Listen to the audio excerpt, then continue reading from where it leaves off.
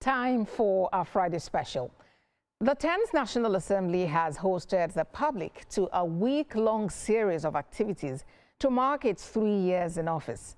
In this report, National Assembly correspondent Joke Adisa chronicles the high points of the 3rd edition of the National Assembly Open Week, better known as 10th NASS. In July 2018, the National Assembly held its first Open NASS, an initiative aimed at promoting legislative transparency and citizen participation in parliamentary activities. Since then, it has become a tradition to help Nigerians better understand the legislature as an arm of government. The 3rd edition, under the speakership of Abbas Tajuddin, brought together lawmakers, civil society organizations, and members of the public for legislative dialogues, policy discussions, and interactive sessions. The leadership challenged citizens to understand parliamentary activities better and participate more so they can speak about the parliament from an informed point of view. The distance between parliament and the people should never again be measured in walls or gates, but only in the willingness of citizens to walk through those doors and join us in crafting legislations for the survival of our nation. And sound lawmaking demands that we strengthen the mandate of the institutions we already have and reduce the cost of governance. We have noted this and are correcting it.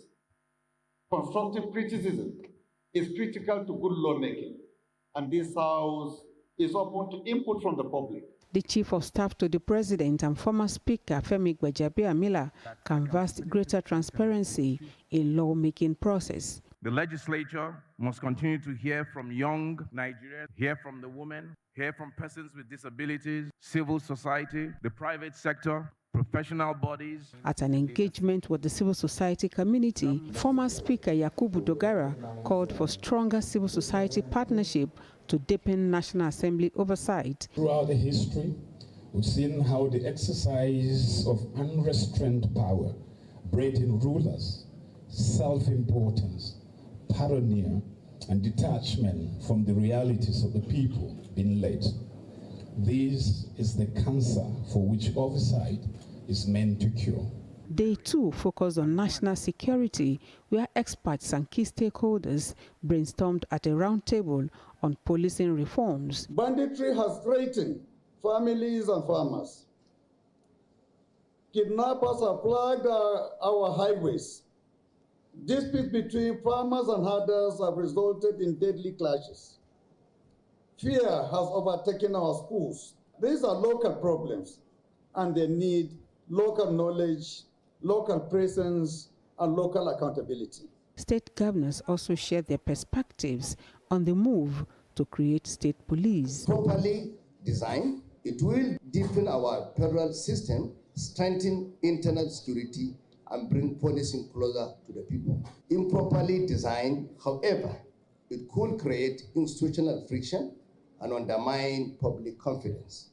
Our responsibility is therefore not simply to endorse state police, but to build an architecture capable of serving generations of Nigerians.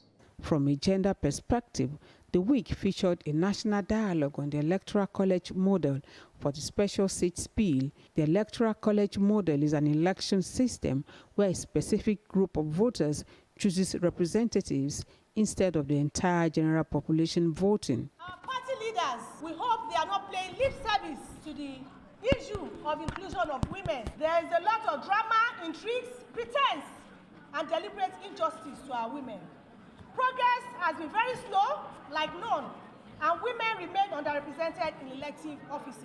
Do send a message to our elected members in the Senate and the House that if this bill does not pass, the 10th Assembly's legacy will be a serious question. The business of growth, legislative priorities for investment, competitiveness and economic transformation kick-started activities on day 3. The House wrapped up the activities with a youth town hall where young Nigerians shared a pathway to improved inclusion and excellence. The 10th National Assembly is in the last lap of its 4-year tenure, and the Open NASS has become a platform to showcase its achievements. social and development partners have said it directly that the passage of critical bills, such as the reserved seats for women bill, will determine how history remembers the 10th National Assembly. Joke Edson, TVC News, Abuja.